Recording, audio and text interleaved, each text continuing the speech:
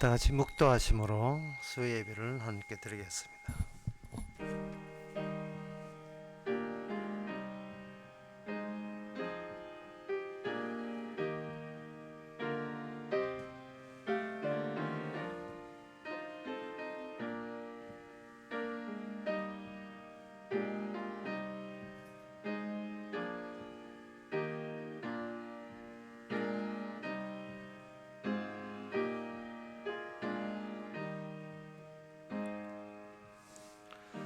여호와여, 내가 주께 평오니 나로 영원히 부끄럽게 마시고 주의 의로 나를 건지소서.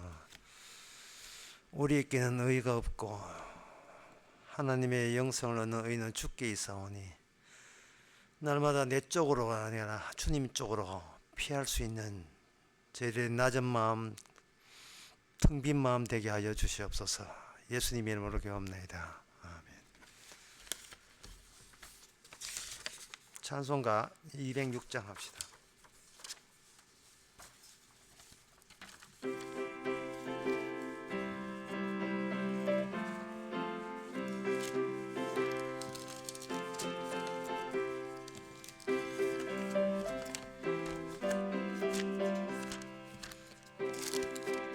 너는 죄 가운데 빠져 더럽기만 할랑 없던 우리들 아무 공로 없이 구원함을 얻어 님의 자녀 지금 되었네. 주의 그 사랑 한량 없도다. 찬송할지어다 예수의 공로. 주의 그 사랑 한량 없도다. 찬송할지어다 예수의 공로. 주의 보혈로서 정결하게 씻어 죄악에서 떠난 몸이 되었고 세상 근심 구름 간 곳 없어지니 하나님의 빛이 영화롭도다. 주의 그 사랑 한량 없도다. 찬송할지어다 예수의 공로. 주의 그 사랑 한량 없도다. 찬송할지어다 예수의 공로. 죄의 깊은 잠 같던 세상의 꿈을 어서 깰지어다 나의 친구여. 은혜 받을 날과 구원 얻을 때가 지금 온 세상에 선포되었네. 주의 그 사랑 한량 없도다.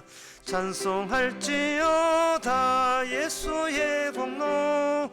주의 그 사랑 한량 없도다. 찬송할지어다 예수의 공로. 이 시간 우리 한마음으로 기도합시다. 기도 제목은 남들에게, 나에게가 아닌 남들에게 필요한 사람이 될 수 있도록 우리가 기도합시다. 고린도전서 13장에 보면 13장 5절에 보면 사랑은 자기의 유익을 구치 아니한다 이렇게 했습니다. 성도도 너는 자기를 위해 살지 않고 주를 위해 사는 것처럼 나한테 무엇이 이익이냐 해라. 내가 남들에게 무슨 필요한 존재가 되느냐, 그렇게 살도록 다 같이 기도합시다.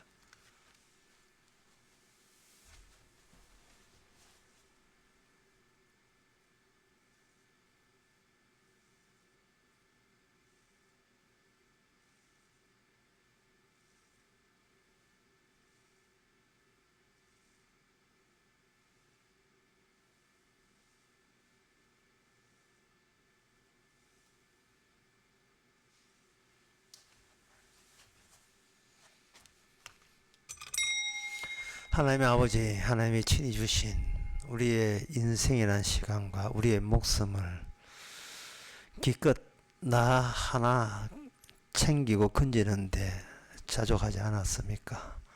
나를 위해서만 소모하지 않았습니까? 남들에게 필요한 사람이 되게 하여 주시옵소서. 예수님 이름으로 기도합나이다. 아멘.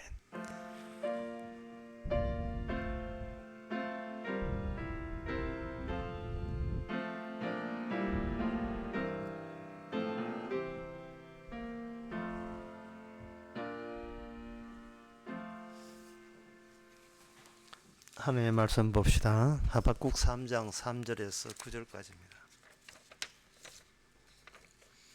하나님이 대만에서부터 오시며 거룩한 자가 바란산에서부터 오시도다. 그 영광이 하늘을 덮었고 그 찬송이 세계에 가득하도다. 그 광명이 햇빛 같고 광선이 그 손에서 나오니 그 권능이 그 속에 감추었도다. 온역이 그 앞에서 행하며 불덩이가 그 발밑에서 나오도다. 그가 서신적 땅이 진동하며 그가 보신적 열국이 전율하며 영원한 산이 무너지며 무궁한 작은 산이 엎드러지나니 그 행하심이 예로부터 그러하시도다. 내가 본적 구산의 장막이 환란을 당하고 미디안의 땅의 휘장이 흔들리로다. 여호와여, 주께서 말을 타시고 구원의 병거를 모시오니 하수를 분이 여기심나이까? 강을 노여하심니까? 다 바다에 대해서 성내심니까? 주께서 화를 끄내시고 살을 바로 발하셨나이다. 주께서 하수를 땅을 쪼개셨나이다. 아멘. 여기에 사람은 사라지고 주께서 하나님께서 직접 이 세상을 등장되는 것을 지금 하박국 선지자가 예고하고 예언하고 있습니다. 그런데 하나님께서 등장하신 그 지역이 그 전에 누가 살던 지역이고 누가 겪었던 일들이 벌어졌던 장소예요. 여기 3절에 나오는 대만, 그렇게 바란산, 그리고 7절에 나오는 쿠산의 장막, 그 다음에 미디안 땅의 휘장. 이것은 이스라엘이 역사 가운데, 지난 이스라엘 역사 가운데에서 이스라엘이 현상적으로 활동했고 역사를 경험했고 만들어갔던 그 이스라엘의 삶의 환경이었습니다. 그런데 우리가 지금껏 하박국을 보면서 이스라엘 이제 망합니다. 이스라엘 망했으니까 이스라엘 지나간 모든 일들도 같이 사라지느냐? 그 점에 대해서 하나님은 이렇게 이야기합니다. 그때 이스라엘이 설칠 때에 이스라엘만 있었던 것이 아니고 그 배후에 하나님 자신이 이스라엘과 함께 있었다는 겁니다. 그러면 이스라엘이 이제는 소멸되고 사라져 버리면 이것은 마치 커튼을 제끼니까 그 배후에 하나님이 직접 등장하는 것과 같은 이치가 되고 말았어요. 하나님과 이스라엘이 함께해서 벌였던 일, 이제부터 이 마지막 때에 본격적으로 하나님이 친히 그 이스라엘이 실패한 그 전쟁에 주께서 뛰어들어서 지난 이스라엘의 그 실패의 자국을 이제는 하나님께서 그 자국을 하나님 자신의 성공작으로 하나 둘 다 바꾸어 나가시는 그 일이 마지막 때에 하나님께서 하실 일입니다. 구약 때 이스라엘이 거쳐갔던 그 장소들, 그 사건들을 하나님께서는 자기 사건으로 설명을 해주는 거예요. 자기 사건으로 받아들여서 지난날 이스라엘이 거쳤던 그 방식 그대로 내가 그대로 밟아서 하나님께서는 그 현장을 다시 현장을 하나님 자신 중심으로 재현시키겠다는 겁니다. 그러면 이 바란 그리고 대만 여기 구산 미디안 여기서 과거 이스라엘에 무슨 일이 있었던가 그 장소가 이스라엘과 이방 나라가 맞닥뜨려서 전쟁했던 장소예요. 전쟁한 장소입니다. 이 장소가 특히 그 신명기 33장 그 2절에 보게 되면 여호와께서 시내산에서 오시고 세일산에서 일어나시고 바란산에서 비추시고 이래 돼 있어요. 여호와께서 홍해 그 이스라엘 원래 이래 돼요. 이스라엘이 홍해 건너서 그 다음에 세일산을 거쳐서 바란산에 도달했다. 이것이 이제 구약 그 민수기 신명기 출애굽기 보면 이게 거기 나오거든요. 이건 이스라엘의 옛날 형적이에요. 그때 지나온 겁니다. 근데 지나와 뭐합니까? 이 거리 지나오면 이스라엘 실패했는데요. 과연 이스라엘이 실패했는가? 하나님은 그렇게 보지 않습니다. 그들이 지나올 때 하나님의 지시에 의해서 하나님 구름기둥과 불기둥에 의해서 그들은 움직였거든요. 그러면 그 하나님께서 계획 잡힌 대로 이스라엘을 움직였는데 그때는 이스라엘을 앞장세웠다 이 말이죠. 이제는 이스라엘이 멸망한 상태에서 그 배후에 계신 하나님께서 직접 그때 이스라엘에 일어났던 그 일을 지금 제대로 하나님께서 일을 벌리시겠다는 겁니다. 이는 하나님께서 이는 제대로 끝장내는 전쟁을 하시겠다는 겁니다. 그러면 그 전쟁은 누구를 상대로 하는가? 여기에 보면 33장 2절에 세일산에서 일어나시고 했다. 일어날 때는 그냥 구경하려고 일어나시는 게 아니고 전쟁하시려고 본격적으로 손 좀 보자 하는 식으로 일어나시는 거예요. 그게 세일산이에요. 세일이 뭐냐면 에돔에 다른 사람들이 살던 곳이에요. 에돔은 누구냐 하면 야곱의 형 예스의 후손들의 나라가 에돔입니다. 야곱의 나라는 이스라엘이 되고요. 그 형 예스의 나라는 에돔이 되는 겁니다. 그 에돔의 거주지가 세일산이에요. 그러니까 하나님께서 모든 일을 언약대로 하신다는 이 말은 하나님이 처음에 갖추어 놓은 그 언약의 구조가 있어요. 그 언약의 구조가 그 리브가 안에 쌍둥이를 이렇게 잉태합니다. 그럼 리브가가 쌍둥이로 그렇게 큰애 놓고 한 2년 뒤에 둘째 놓고 이게 아니라 동반해서 동시에 같이 그 배에서 해산되도록 쌍둥이성을 의도적으로 강조하시는 하나님의 계시에 입각해서 리브가는 쌍둥이를 낳습니다. 그러면 이 쌍둥이를 왜 하나님께서는 리브가에게 잉태하지 못한 리브가에게 자식이 없는 리브가에게 리브가는 이삭의 부인입니다. 그 이삭의 부인에게 갑자기 둘이나 쌍둥이를 놓게 하는가? 그것은 리브가가 해산하는 그 원리가 이삭의 아버지 아브라함에게 주어진 언약의 원칙을 그대로 따라야 하기 때문에 그렇습니다. 그러면 그 이삭의 아버지 아브라함에게는 어떤 원칙으로 언약이 구조적으로 구성되어 있는가? 갈라디아서 4장에 보면 그렇게 되어 있습니다.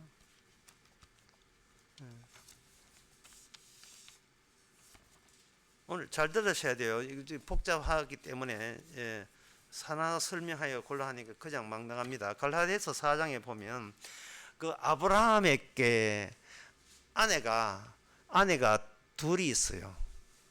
원래는 아내가 하나인데 그 사라가 아기를 못 놓으니까 아브라함이 아들 놓기 위해서 사라의 여종을 하갈을 통해서 아들을 낳았습니다.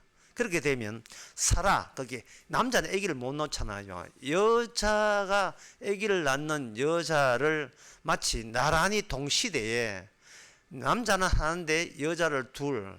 여기 이게 상둥이 같은 기능을 하고 있는 두 여자를 하나님께서 아브라함에게 허락하셨어요. 그런데 왜 그러면 두 여자를 이렇게 허락하느냐? 두 이를 통해서 진짜 백이 순정의 이를 뽑아내기 위해서 먼저 이부터 출발하는 겁니다. 그 이인데 그 이가 뭐냐 하면은 하나는 아들이 문제가 아니고 엄마가 문제예요. 하나는 하갈은 여종이라는 거예요. 아브라함의 정식 아내가 아니에요. 여종이에요. 종이에요. 그러면 하갈에서 나온 아들은 종에서 나온 아들입니다. 종에서 나오니까 아들이 될 수 없고 종이 되는 거예요. 근데 지금 아들이 없는 상태에서는 그 종이 아들인 것처럼 그렇게 보이죠. 그런데 그 뒤에 하갈에 의해서 아들이 될 수 없는데 아들을 놓게 하고 그 뒤에 상둥이처럼 같이 있는 그 두 여인 가운데 본처가 사라죠. 사라가 아들을 낳게 됩니다. 근데 사라가 난 아들을 뭐라고 하냐? 아들이라 해요. 아들. 그러면 원래 순서가 아들이 먼저 나고 종은 아들 위해서 있어야 되는 게 이게 시간적으로 맞는 이야기인데 의도적으로 아들이 없는 상태에서 종의 아들부터 먼저 해서 이스마엘을 낳게 하는 것은 하나님께서 이 세상을 바라볼 때 모든 인간은 누구의 종이 되었다는 겁니다. 누구의 종이 되기 때문에 하나님 보시기에 하나님은 아들을 찾는데 이 세상에 어떤 인간도 아들이 없어요. 종의 자식들밖에 없습니다. 그 점을 강조하는 거예요.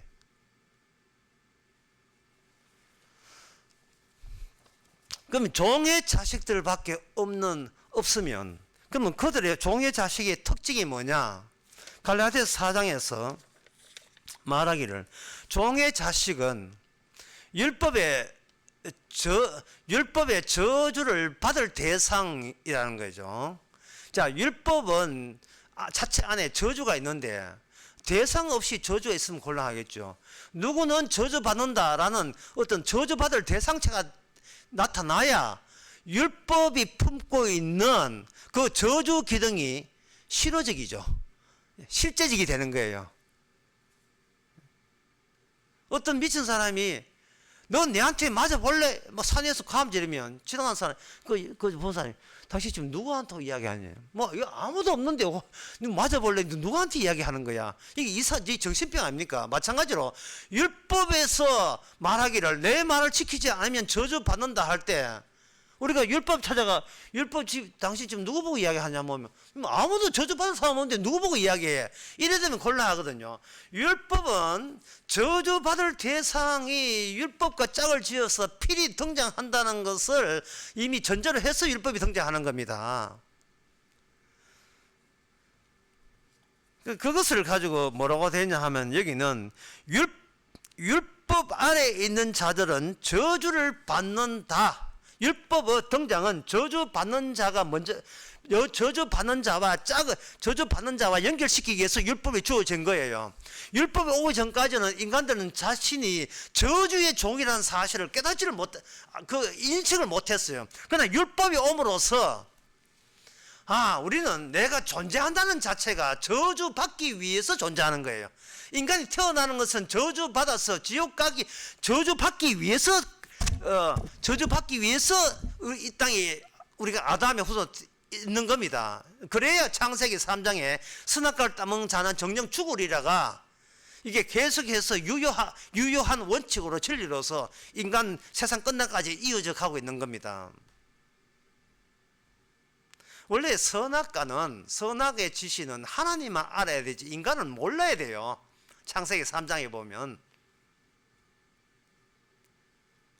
선과 악이 쌍둥이처럼 붙어 있다는 것은 인간으로서는 감당 못합니다. 어떻게 한 몸에 선이 있고 악이 있습니까? 선과 악이 어떻게 그게 같이 공존할 수 있어요? 악이면 악이고 선이면 선이죠. 그러니까 이거는 선과 악이 함께 있다는 것은 하나님께만 감당이 될 문제지 인간에게는 감당할 수가 없는 거예요. 따라서 하나님께서 자기 백성으로 만들려면 일단 그 인간에게 선과 악이라는 모순적인 함께 있을 수 없는 그것을 선과 악을 그 껍질을 벗겨내야 돼요. 선악을 벗겨내버려야 돼요. 더 이상 거기에 그 선악이라는 그 모순의 지배를 받지 않도록 하기 위해서 벗겨내는 거예요. 벗겨내려면 순서가 필요합니다. 어떤 순서가 필요하냐 하면은 일단은 저주부터 시작해야 돼요. 일단은 저주부터 시작해요. 왜냐하면 정령 죽이라 했으니까 죽는 데는 이유가 있잖아요. 죄 지었으니까 죽지요. 벌 받을 때는 이유가 있습니다. 율법의 종이 되어서 죽어야 돼요. 그 다음에 그러면 하나님의 언약 안에는 뭐가 되느냐? 하나님의 언약 안에는 율법에 보면 복을 받게 돼 있어요. 또 율법에 그 복을 받으면 율법에 의해서 복 받을 대상도 있다는 이야기거든요. 그 대상이 이 율법을 지키면 복을 받고 안 지키면 저주받는다 하니까 율법은 그 자체적으로 율법 안에 쌍둥이처럼 저주와 축복이 둘 다 들어있다 이 말이죠. 이거는 인간을 본인이 나는 내 마음이 하나다 이러면 해결 안 돼요. 내 마음도 율법에 맞춰서 내가 저주의 요소와 축복의 요소 둘 다가 품어 있는 새로운 인간형이 태어나야 돼요. 그게 바로 야곱의 후손들이 그걸 보여주는 겁니다. 언약은 하갈 요소와 그리고 사라 요소, 쌍둥이같이 붙어 있는 두 여인을 다 필요로 해요. 그리고 아브라함의 자손은 아브라함을 닮았겠죠. 아브라함에게 두 쌍둥이처럼 붙어 있는 그 종과 그리고 이삭은 아들이에요. 그리고 이스마엘은 아들이 아니고 종입니다. 그래서 이스마엘을 내가 쫓아라 하거든요. 여기 갈라디아 4장 29절에 보면 그때 육체를 따라 난 자가 성령을 따라 난 자를 핍박한 같이 이제도 그러하다. 그러나 성경이 무엇을 말하느냐? 계집종과 그 아들을 내어 쫓아라. 계집종 하갈이죠. 그 아들 이스마엘이죠. 내어 쫓아라. 계집종과 아들이 자유하는 여인, 자유하는 여자로부터 더불어 유업을 받지 못한다. 자유라 하는 것은 앞에 뭐가 생각되어 있나 하면 저주로부터 벗어난 자를 자유라고 이야기해요. 저주로부터 벗어난 자. 이것이 아브라함, 이삭의 아버지 아브라함에게 있던 이 언약적 요소라면 그 요소가 그대로 이삭에게 되물림됩니다. 그럼 이삭에게 되물림되면 이삭의 부인이 하나예요. 둘이 아니고 하나다 이 말이에요. 하나인데 이번에는 자식이 쌍둥이로 나와요. 에스와 그리고 야곱. 그러면 어떻게 되느냐 하면 에스와 야곱 둘 다 일단 출발이 육신이기 때문에 둘 다 종에 해당됩니다. 아들은 없어요. 둘 다 종에 해당돼요. 둘 다 종에 해당되기 때문에 그 종에 해당되면서 같은 하나님이 저주받을 종인데 하나님은 야곱을 어떻게 다루고 하나님은 예수를 어떻게 다루는가 추가적인 언약의 원칙에 준해서 그 둘을 어떻게 다루는가 성경은 시간이 지나가면서 하나님께서 그 쌍둥이를 둘로 달리 다루는 방식을 사용합니다. 근데 일단은 그 둘은 뭐냐 하면 같을 수가 없어요. 왜? 엄마 뱃속에부터 싸웠던 거니까. 질이 달라요. 본질이 다르기 때문에 싸울 수밖에 없습니다. 화합되지 못합니다. 언제나 결별해야 되고 갈라서야 돼요. 무슨 싸움이냐? 아들 싸움이에요. 누가 아버지의 진짜백이 아들이냐를 싸움하는 겁니다. 일단은 형 에서는 자기가 이미 하나님의 아버지의 그 장자로 확정되었다고 느긋합니다. 자기가 먼저 태어났으니까 장자니까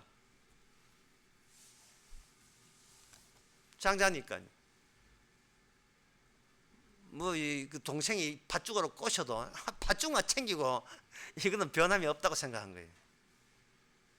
먼저 태어났으니까요. 그런데 야곱은 생각이 달랐어요. 저 아들, 나는 알고 볼 게 뭐냐, 나는 아들이 아니다는 의식이 있었던 거예요. 근데 형 에서는 나는 아들이다는 의식이 있었습니다. 형 에서는 내가 육적으로 맞이된 걸로 그게 하나님의 아버지의 장자로 축복권을 받는 걸로 종결된 걸 본 거고, 둘째 아들 야곱은 미흡함을 갖고 있어요. 미흡함을. 나는 지금 아버지의 장자가 되지 못한다.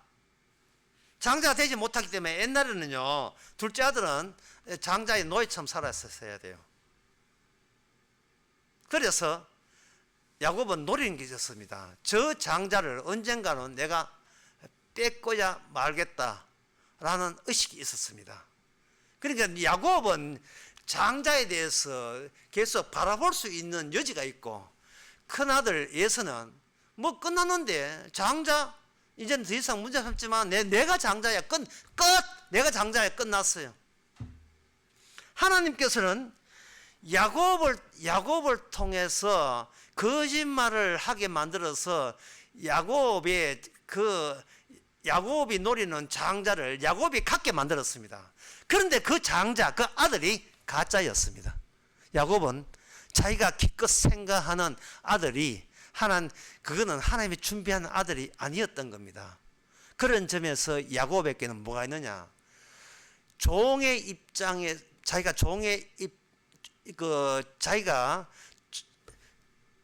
종이라는 의식이 없이 그냥 아들만 가지면 아들이 되겠다는 그 자체가 야곱에게는 근본적으로 자기가 그 미흡함의 종의 의식이라는 사실을 나중에 야곱이 깨닫게 돼요. 내가 맞이가 되지 못하고 축복권을 갖고 있지를 못하구나 라는 생각이 미흡함이거든요. 그 미흡함 자체가 종이에요. 그 미완료 자체가. 따라서 예수한테는 하나님의 언약이 그 종결된 그 최종 완성 지점이 예수한테 나타나지 않고 야곱에게 나타납니다. 야곱은 종의 의식을 가지고 아들이라고 여겼던 그 아들이 실제는 아들이 아니고 종의 입장에서 기껏 종의 범위를 못 벗어난 가짜 아들인 것을 야곱을 통해서 하나님께서는 계시합니다. 그러면 진짜 아들은 누구냐? 야복 강가에서 야곱은 아들에게 얻어맞습니다. 주님한테 얻어맞죠. 아들에게 얻어맞을 때 비로소 야곱은 아들이 태어난 나에게는 아들이 없다는 사실을 비로소 눈을 뜨게 돼요. 나에게는 아들이 될 수 없다는 사실을 발견하게 됩니다.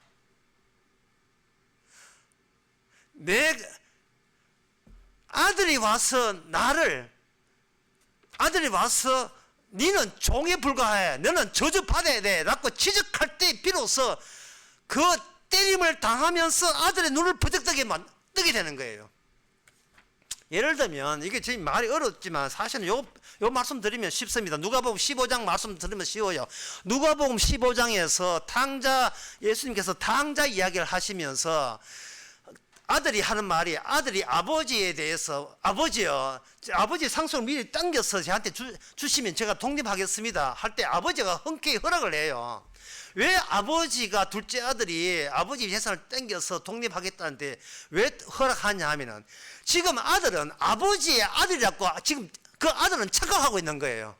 그런데 아버지 재산 가지고 도시에 나가서 허랑방탕을 하고 세상에 나와서 그 도시에 나가서 허랑방탕 하면서 아들이 느낀 것은 뭐냐 하면 내가 아버지의 아들이 아니고 내가 세상의 종이었다는 사실인 겁니다. 세상의 종이었으니까 세상에 끌리는 거예요. 이끌리는 거예요. 아버지한테 이끌리지 않아요. 자기 본성, 세상이 나를 땡길 때 그 같이 땡겨지는 본성을 둘째 아들은 참을 수가 없어요. 마치 마약을 못 걷듯이 세상에 대한 영광을 그 출세욕을 끊을 수가 없는 거예요. 그 가서 돈 달리고 다 달렸을 때 그때 아들이 뭐라고 하냐 하면 내가 아들됨을 감당치 못하겠노라 해요. 누가복음 15장.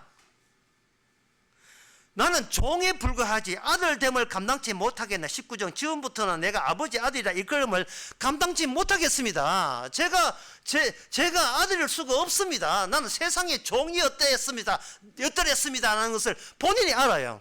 이게 바로 아버지가 기대했던 거예요. 아버지는 일단 아들이 아니라 종이라는 그 저주 바다의 마땅함을 아는 자를 아버지의 사랑에 긍휼에 덧입혀서 비로소 아들이 되는 거예요.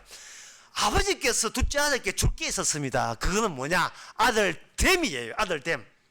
아버지가 아들됨을 주지 아니하면 절대 아들이 될 수 없어요.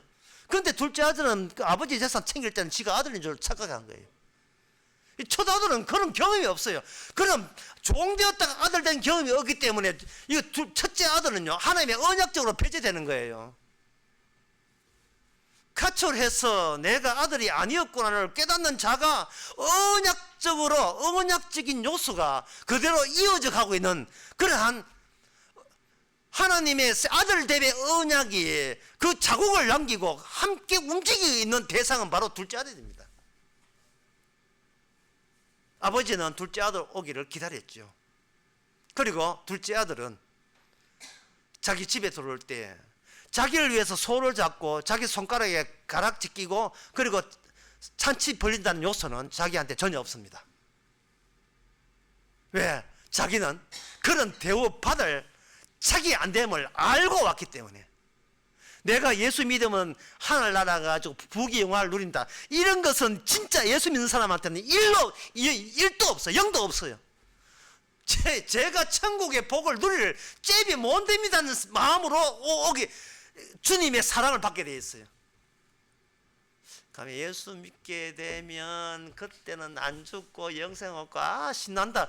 어디 그런 꼼수를 그런 꼼수를 누립니까?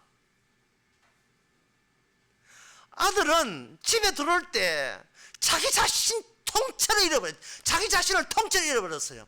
그럼 그전에 아들은 뭐냐? 미흡함을 느끼고 결핍해서 느꼈던 겁니다. 인간의 치명적인 약점은 뭐냐? 내가 되고 싶은 그런 내가 되려는 그 이상적인 모델이 따로 자꾸 발생된다는 것이 인간에서는 이건 병적이에요. 이거는 고질병입니다. 왜 그러냐 하면 인간들이 뭐 되고자 하는 이상적인 모델이 목표가 있거든. 그 목표는 어떻게 구성하는가? 결핍이 있는 내가 끄집어낸 나의 목표예요. 이거 무슨 아닙니까? 온전치 못한 내 아이디어에서 내 아이디어와 내 생각에서 나는 이렇게 되겠다는 그 자체가 어떻게 온전한 목표가 될 수 있겠습니까? 이게 모순이라는 겁니다. 이거는 말도 안 되는 거예요. 이거는 논리적인 그 자체에 결함이 있는 거예요. 수요일인데 강의할 때도 했지만 진화론은 진리다. 이게 거짓말이에요. 왜? 진화론을 진화되었다는 자체가 온전치 못한 것을 전제로 하거든요. 진화가 뭡니까? 온전치 못한데 갈수록 온전하다는 뜻이거든요. 다윈의 진화론은 그게 아닙니다. 그 다윈은 그런 발전적인 진화론을 생각해 본 적이 없어요. 세상은 다 다양하게 여러 가지로 변한다고 이야기했지 좋은 쪽으로 변한다는 이야기를 한 적이 없어요. 그런데 오늘날 진화론은 뭐냐 하면 보다 더 발전한다고 생각하는 거예요. 특히 천문학자들이 생각하는 겁니다. 이 우주는 목적이 뭐냐? 우주를 통째로 알게 된 진화되고 또 진화된 이러한 오늘날 인간이 출현하는 것을 목표로 우주는 점점 더 온전하게 되어 있다 라고 주장하는 것이 진화론이거든요. 근데 그 말 자체가 얼마나 말이 안 됩니까? 어떻게 온전치 못한 것 속에서 온전함이 나옵니까? 안 되죠. 온전치 못한 생각을 끌어모으면 그게 온전해집니까? 집에 가서 생각해 보세요. 이게 거짓말이거든요. 예? 야, 온전치 못한 거 가져와. 온전치 못한 거 너도 가져가. 뭐가 온전하네. 이게 진화론이거든요. 이게 예? 처음에 인간은 꾸불하게 걸었다. 꾸불하게. 크로마농인들. 오스트랄리아는 뭐 피테쿠스 꾸불이 하다가 지금 폈으니까 이게 편기 온전하다는 거예요. 꾸불한 것에서 폈으니까 이게 진화됐다는 거예요. 옛날 신라 시대 수도 신라 시도 그거 뭡니까? 경주죠. 경주의 고층 건물이 최초 건축물이 몇 층이었습니까? 기껏해야 8층이에요. 황룡사. 엘리베이터도 없었어요. 그런데 지금은 경주에 보면 30몇 층 아파트 있잖아요. 안 가봤지만. 그럼 발전된 거예요. 인간은 발전됐다고 보는 거 그걸.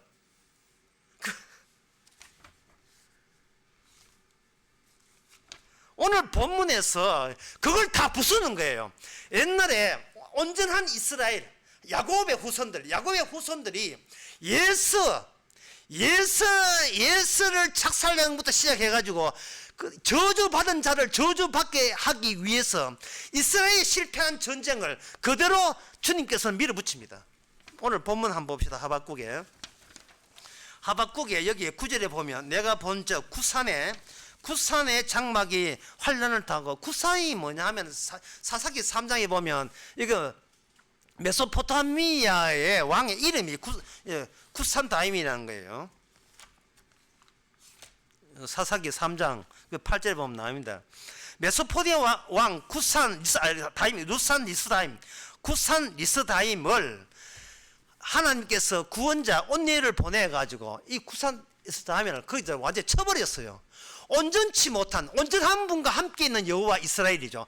온전한 이스라엘이 온전하지도 못하면서 결핍을 갖고 있으면서 결핍 갖고 있는 모든 그 메소포타미아 그것에서 그냥 쳐버리는 겁니다. 이게 뭐냐? 이게 바로 저주받을 자를 저주받게 하고 그 승리를 이스라엘의 목으로 돌림으로써 이스라엘은 복받을 만하다라고 저주와 축복과 저주를 동시에 같이 쌍둥이처럼 붙여놓은 거예요.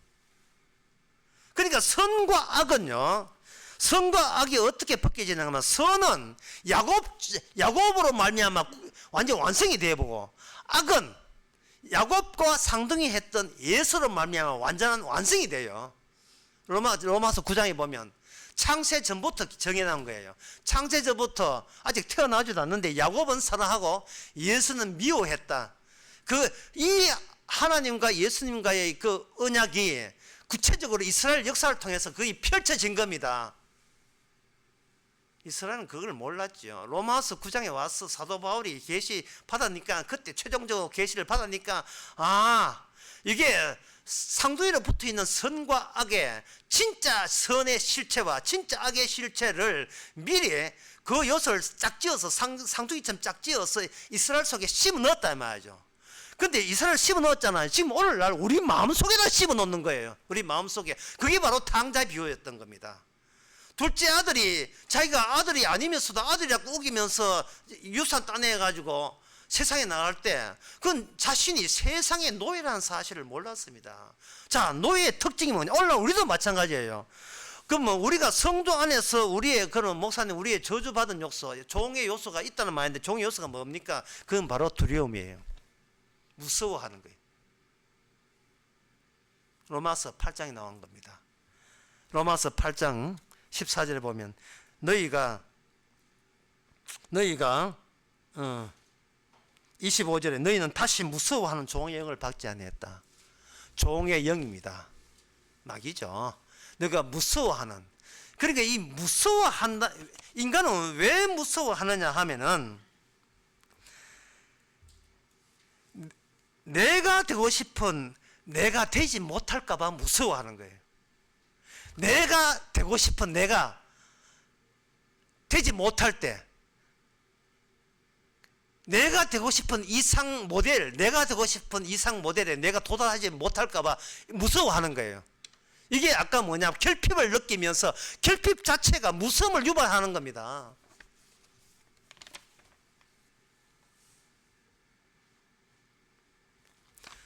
그 총각들이 마음에 드는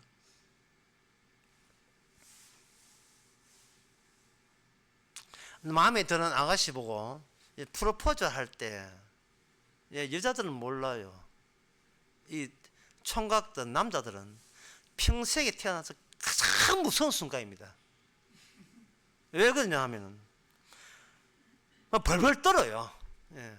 그래서 어떤 사람은 나이 40대도 여자한테 프로포즈 못한 사람들이 있어요. 거기에 솔로들 나오는데 그런 프로가 있어. 거기 보면 당신을 사랑한다는 나의 판단과 결정이 당신을 위하여 짓밟힐 때에 내가 어떻게 그걸 감당 못할까 봐 무서워하는 거예요. 나는 마음 먹고 나는 정신 바짝 차리고 고백을 했는데 여자 쪽에서 하는 말이 나는 그냥 남자치고로 생각하지 나는 생각하지 않습니다. 그렇게 자꾸 만약에 들이대면 저 부담돼요. 그러면 오늘부로 우리가 서로를 위해서 그러면 우리가 모든 것도 관계 끊고 뭐 메시지 보는 거 다 끄고 전화번호 다 끄고 이참에 헤어집시다. 이럴 때 인간은 무참하게 평생에 처음으로 작은 순수를 다해서 고백했는데 그 고백을 여자가 그 차가운 겨울철 아스팔트에다가 군합바 하이힐이죠. 하이힐 뾰족한 거 있잖아요. 그걸 지금 밟아 문대는 느낌을 받는 거예요. 남자들은 여자들은 그걸 몰라요. 당신이 본데 당신 내가 사귈 때 당신이 못했어요. 나는 남자기 때문에 남자는 배짱 여자는 절개. 나는 이렇게 결정나면 난 쿨하게 깨끗하게 깨끗하게 정리하는 사람이다. 당신 입으로 해놓고 내가 이렇게 당신하고 헤어진다 한 당신은 왜 길게 뛰고 왜 난리냐. 그동안 날 속였어? 이런 나온다 이 말이죠. 그 남자가 사랑의 이면에는 엄청난 모독감을 느끼는 거예요. 요새 그 동네 목욕탕 얼마면 8,500원 8,000 정도 합니까? 니는 나에게 모욕감을 주었어요. 65세에서는 5,000원. 니는 나에게 모욕감을 주었어. 니는 뭐 잘났는지. 그때부터 쫀쫀하게 대단한 복수를 합니다. 우리 어제 묻은 거 30만 원 갚아내라. 그럼 여자는 줄게 30원 주지 보내면 차라리 군에 가라 하면 쉬워요. 내 결정 아니니까. 그냥 군에 제대하고 난 뒤에 아버지 벌써 제대다. 제대하고 난 뒤에 여자 사귀었는데 지는 벌써 일주일 전부터 잠을 못 잘 정도로 어떻게 하면 어떻게 되는가 까기 전에 먼저 깎아 이게 온갖 생각 다 하고 있죠. 주님께서는 아버지 이삭에게 두 쌍둥이에게 둘 다 장자권을 줘놓고 그걸 뺏는 식으로 자기 정체를 드러내는 겁니다. 너는 육이다.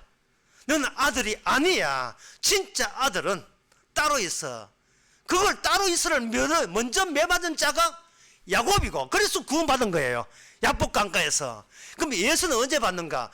야곱에게 당하는 게 아닙니다.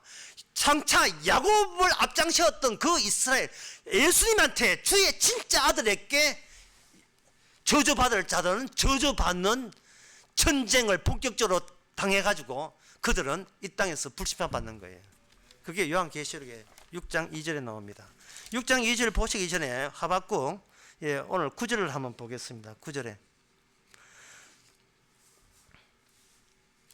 주께서 활을 꺼내시고 그 전에 8절에 보면 여호와께서 주께 말을 타시고 구원의 병거를 붕괴 병거라 하는 전차입니다. 전차를 모시고 그 다음에 뭐라 하면 하수를 분이 여기십니까? 강을 노려 하십니까? 바다에 대해서 승리하십니까?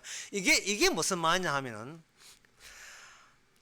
이스라엘은 자체적으로 요단강을 처리 못하고 자체적으로 홍해를 처리 못했어요. 왜냐? 인간이 무슨 바다 물을 퍼냅니까? 안 되잖아요. 하나님께서는 눈에 보이는 이스라엘을 앞장 세우되 그 배후에 구름기가 불기둥으로 하나님이 직접 그 안에 동행을 했다 이 말이죠. 동행을 했거든요. 그래서 홍해 바다가 이스라엘 백성 보고 바다가 갈라진 게 아니에요. 숲속의 짐승들이 여우 보고 고개 숙인 게 아닙니다. 여우 뒤에 사자 보고 고개 숙이는데 여우는 쟤 보고 고개 숙였다고 생각하는 거예요. 예? 수방차 앞에 달리는 티코는 지 보고 자기 보고 차들 비켜주는 게 아니에요. 지 따라오는 소방차 보고 열어주지요. 이스라엘은 그걸 몰랐던 거예요. 왜 내가 안 되느냐? 니도 저주받을 종이거든요. 다만 언약이 선악체제를 해결하시는, 없는 아들 없는데 종을 통해서 아들을 뽑아내고자 하는 그 원칙이 이스라엘 속에 있기 때문에 이스라엘에서 이스라엘 뽑아내고 장자 속에서 장자를 뽑는 하나님의 그 원칙이 신약에 와서 드디어 완성이 됩니다. 그래서 여기 보면 여기 살을 바르고 화살이죠. 화살을 바르고 주께서 그 땅을 쪼갠다. 하나님께서 화살을 쏘는다. 이 땅을 향하여. 그게 요한계시록 6장 2절에 보면 이 말 타시고 화살 쏘고 그게 전쟁하는 옛날에 군인 전형의 모습이었잖아요. 근데 이게 요한계시록 6장 2절에 보면 나와요. 내가 보니 말이 있는데 그 말 탄 자가 활을 가졌고 멸류관을 받고 나가서 이기고 또 이기더라. 바로 예수님이 마지막 때 하실 일을 이스라엘은 구약 때 폼 잡은 거예요. 이스라엘은 폼 잡았다 말이죠. 마치 장자는 예수님이 장자인데 야곱이 쥐가 장자 되려고 거짓말해서 형의 장자를 뺏었다고 착각한 것과 똑같은 겁니다. 그런데 왜 야곱을 구원합니까? 야곱은 종에서 아들 됨이 경가가 있으니까 그게 그 경로가 야곱에게는 있고 예수한테는 그것이 없기 때문에 그래요. 그래서 예수는 버림받는 겁니다. 누구든지 아들 될 자격 없고요. 아들 될 고난 없습니다. 하지만 종이었는데 아들 되는 그 경과는 예수님이 오실 때 바로 그것을 알게 되죠. 쉽게 하면 이렇습니다. 인간은 자기의 결핍을 갖고 있어요. 결핍을 갖고 있기 때문에 결핍 때문에 인간은 내가 원하는 내가 안 될까 봐 두려워하고 있습니다. 그런데 로마서 8장에 보면 두려워하는 것은 무엇이다? 무조건 두려워하는 것은 지금 두려움을 유발하는 그 악한 영, 종의 자기를 종으로 여기는 그 종의 영의 악마의 종입니다. 악마의 노예입니다. 벌벌 떨지요. 무서워하죠. 그 무서움을 자체적으로 해결하기 위해서 온갖 안 무서워하려고 못난 것을 막 다 끌어모아서 자기 집구석에다가 자기 아파트에다가. 그러니까 이게 할아버지 일찍 돌아가시고 정신적으로 할아버지 우울증 걸리는 그 할머니들이, 치매 걸린 할머니들이 동네 방네에 있는 쓰레기, 스티로폼 쓰레기를 다 모아가지고 자기 집에 몸도 누일 공간 없을 정도로 그 쓰레기와 함께 가득 있어요. 그 쓰레기를 할머니 쓰레기입니다 하면 뭐냐면 내가 모은 귀한 것들이라고 골라서 귀한 것들이니까 하나로 버리지 마라 이렇게요. 구청에서 와서 동네 주민 냄새한다 해도 안 돼요. 그래서 구청에서 할 수 없이 할머니 드러내고 트럭 돈 해가지고 쓰레기 다 드러내죠. 그처럼 우리 마음은 다친 마음이에요. 무서워서 닫아놓는 거예요. 무서워서. 혹시 누가 내 문을 열면 쓰레기가 와랑 쏟아질까봐 무서워서 감당이 안 되니까 그냥 문을 닫아놓는 거예요. 그러면 주님께서 뭐라고 하냐면 주님께서 이런 묘책을 쓰십니다. 띵동 문을 열어요. 그러면 우리는 매일같이 벌벌 떠니까요. 내가 원하는 내가 못 될까봐 벌벌 떨어요. 밖에 누구십니까? 지금 한 연기하고 있어요. 밖에 누구십니까? 택배 왔습니다. 택배 왔으면 밖에 그냥 놔두세요. 아닙니다. 이거 택배 와서 직접 전달하랍니다. 그게 문을 열었어요. 택배가 물건이 있겠습니까? 없겠습니까? 택배 물건은 없어요. 뭐냐? 하나님이 주신 성령의 열매는 우리가 소유하는 것이 아니고 나의 닫힌 문을 여는 것 자체가 선물이에요. 그래야 우리 속에 있는 그동안 나를 지킨다고 여겼던 그 쓰레기들이 우르르 쏟아져가서 나는 쓰레기와 무서워서 쓰레기와 함께 살았구나, 이 시잘데없는 인생, 평생 시잘데없는 세월을 보냈구나를 예수의 문을 여는 거예요. 누구든지 주의 음성을 듣고 아들의 음성을 여는 자가 아들이에요. 지금 탕자는 이 아버지가 탕자에 줄 게 있습니다. 그건 뭐냐? 아들의 마음을 문을 여는 거예요. 자기가 종에 불과하고 무서워했다는 거, 독립해서 살락하다가 그것이 실패로 끝날 수밖에 없는 세상의 종이 된 사람이 그 문을 열어줘야 돼요. 이제는 너의 것으로 살지 말아라. 그거는 마귀가 너에게 두려움을 더욱더 증강시키는 겁니다. 문을 열었다는 것은 이제는 나는 쓰레기밖에 없습니다, 내가 주님 앞에 내놓을 것은 아무것도 없습니다를 인정하는 것. 주께서 그 쓰레기 다 채워주시는데요, 예수님께서 대리 죽으시고 대리 구원한다는, 대리 속죄하셔서 구원한다는 말은 우리를 구원함이 아니고 예수님이 갖고 있던 언약의 속성, 언약의 예수님의 창자와 내상이 그냥 그대로 우리를 통해서 예수님의 것이 그냥 쏟아져 나올 때, 그거 예수님이 주께서 주에게 하신 일로 인하여 결과적으로 우리가 구원받는 겁니다. 우리 안에 주께서 이런 일을 하셨다는 거예요. 주께서 자기 자신을 죽음으로써 스스로 주가 되셨다는 그 경로가 우리 안에, 우리 쓰레기 대신 그 안에 있으면 그 사람이 바로 하나님의 백성입니다. 예언된 하나님, 예언된 진짜 참 이스라엘입니다. 기도하겠습니다. 하나님 아버지, 저희들 조그만 일이 있더라도 눈만 뜨면 무서워하고 심지어 꿈속에서 무서워하는, 이게 우리의 천성이 되고 말았습니다. 빠져나올 대책도 없고 빠져나온 조차 무서워하는, 하지만 이제는 무서워하는 노예의 영이 아니라 무서워할 필요 없는, 저주가 없는 아들의 음성을 듣고 아들이 될 수 있는 이러한 축복을 받은 것을 감사케 하옵소서. 예수님의 이름으로 기도합나이다. 아멘. 찬송가 221장 합시다.